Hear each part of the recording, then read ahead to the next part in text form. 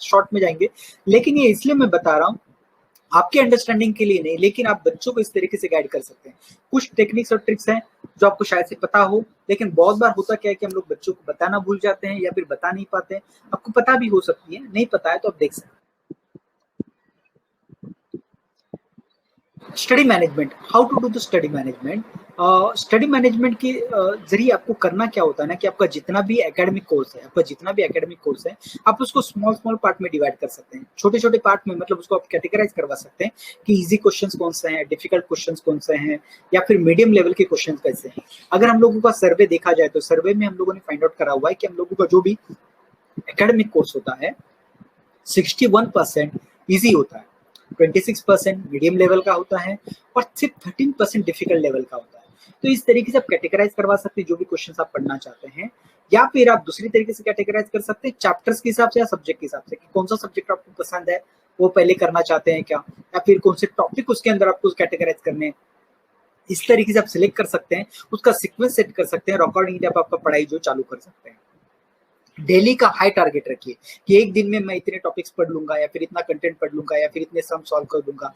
ज्यादा टारगेट रखेंगे तो इससे हो क्या जाएगा, आपका मैक्सिमम वर्क जो होना चालू हो जाएगा। किसी को आप जो कर रहे हैं वो ट्रैक करने के लिए बोलिए, देखिए कि वो कर रहा है, आप कर रहे हो कि नहीं कर रहे हो। अदरवाइज वो क्या जाएगा कि आपने डिसाइड तो कर लिया कि हाँ मैं इतना कर लूंगा, लेकिन कोई मॉनिटर करने के लिए नहीं है। अगर कोई मॉनिटर करने के लिए नहीं तो ऐसे केस में हो क्या जाएगा, you will not necessarily do that every day. आपने एक आध दिन के लिए जोश में आके चालू तो कर दिया, लेकिन it is not necessary that every day you are going to do that. वो सारी चीजें हो जाती है। उसके अलावा try to cover up as maximum beginning of the academic year. अगर आप अभी अभी नए एकेडमिक में जा रहे हैं, मतलब जैसे कि नेक्स्ट ईयर चालू होने वाला है आपका, आपके पास अभी पूरा साल है, तो पूरे साल अगर आपके पास है तो आपका जो स्टडी जो है मैक्सिमम टॉपिक्स और मैक्सिमम स्टडी जो है ना आपका बिगिनिंग के कुछ मंथ्स में कंप्लीट कर लीजिए। इससे हो क्या जाएगा, बाद में आपको मैक्सिमम रिवीजन के लिए समय मिलेगा और मैक्सिमम रिवीजन के लिए समय मिलने की वजह से आपका जो एंड का प्रेशर है, एग्जाम के टाइम का जो प्रेशर है वो ऑटोमेटिकली जो है कम हो जाएगा।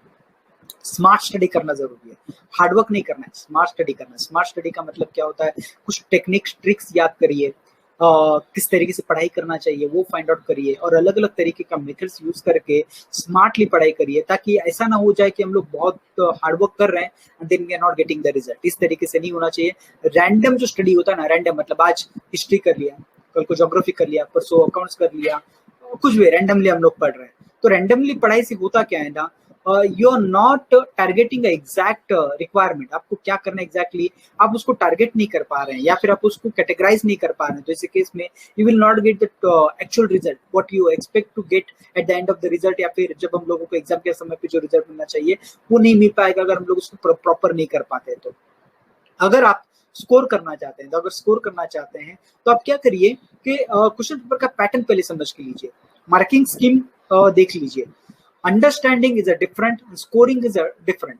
आपको अंडरस्टैंड करना है और अंडरस्टैंड के साथ में अगर स्कोर करना है तो समझ के तो लेंगे कॉन्सेप्ट, लेकिन उसके साथ में कौन से टॉपिक को ज्यादा मार्क्स है, कौन से क्वेश्चंस को ज्यादा मार्क्स है, क्वेश्चंस पेपर फाइंड आउट करिए कि पास्ट क्वेश्चन पेपर के किस तरीके के क्वेश्चंस मैक्सिमम रिपीट होते हैं, किस तरीके के क्वेश्चंस फ्रेम करे जाते हैं। तो इससे होगा क्या, you will get an idea कि एग्जाम में आपको जाके अभी अपेयर क्या करना है, किस तरीके के क्वेश्चन आने वाले, किस तरीके से उसको आंसर करना है। इसका बेनिफिट ये हो जाएगा कि you will be already prepared before the exam. Exam के पहले ही आप पहले से प्रिपेयर्ड रहेंगे and you know now what you have to write in the exam.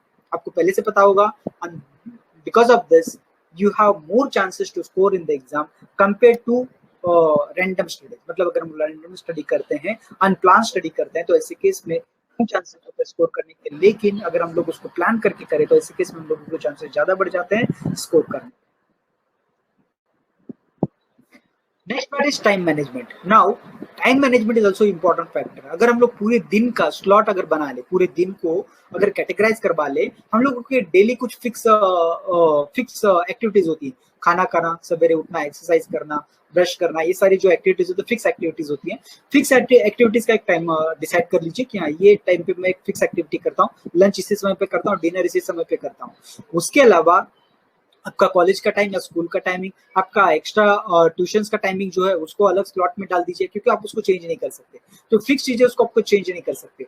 अभी बचे हुए समय में सेल्फ स्टडी कैसे करना है वो आप डिसाइड करिए। बचे हुए समय में सेल्फ स्टडी को कितना समय देना है उसको डिसाइड करिए।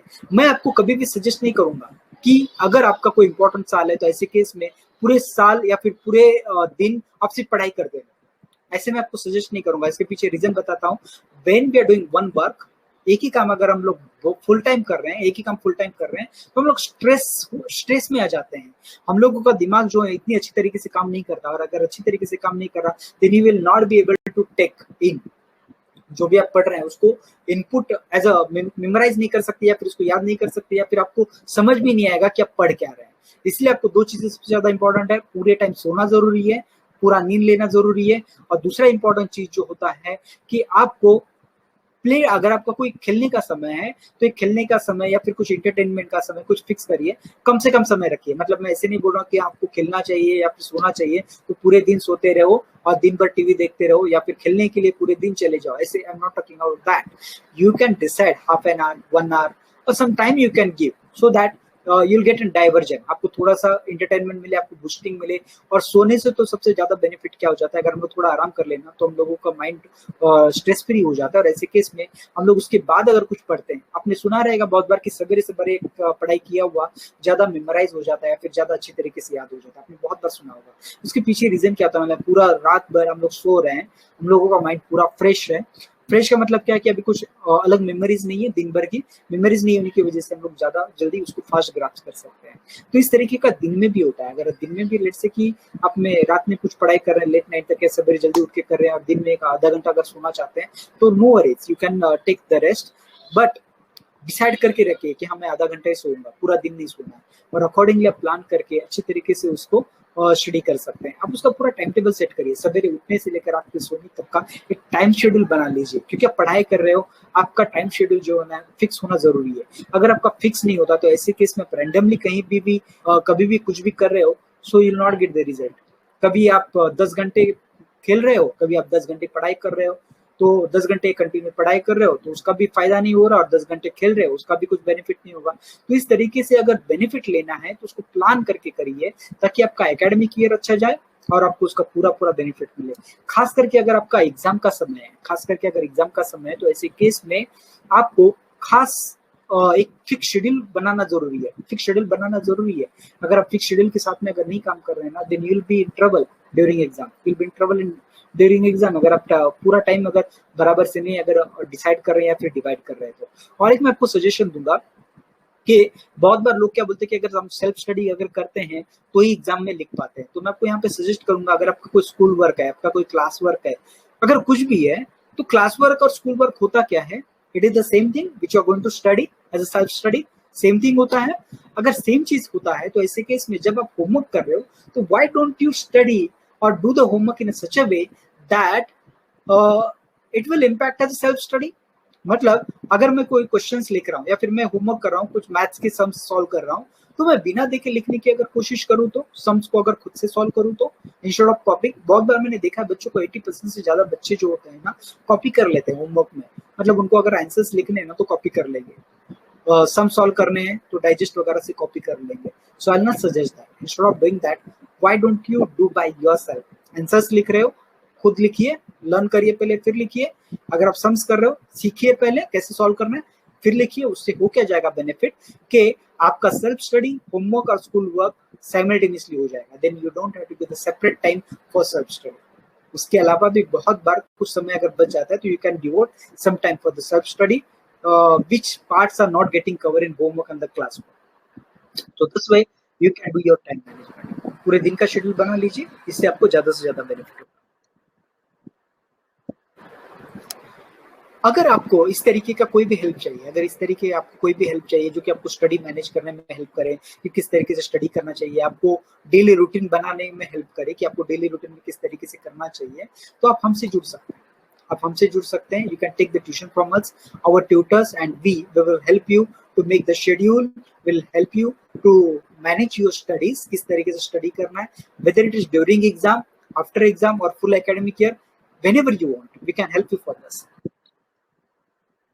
For more details, you can connect on this number. You can call and WhatsApp now. अभी कॉल करिए। अगर अभी कॉल कर दें तो ऐसे केस में आपको हेल्प हो जाएगा, बहुत ज्यादा हेल्प हो जाएगा आपके एग्जाम के लिए, क्योंकि एग्जाम्स हैं अभी।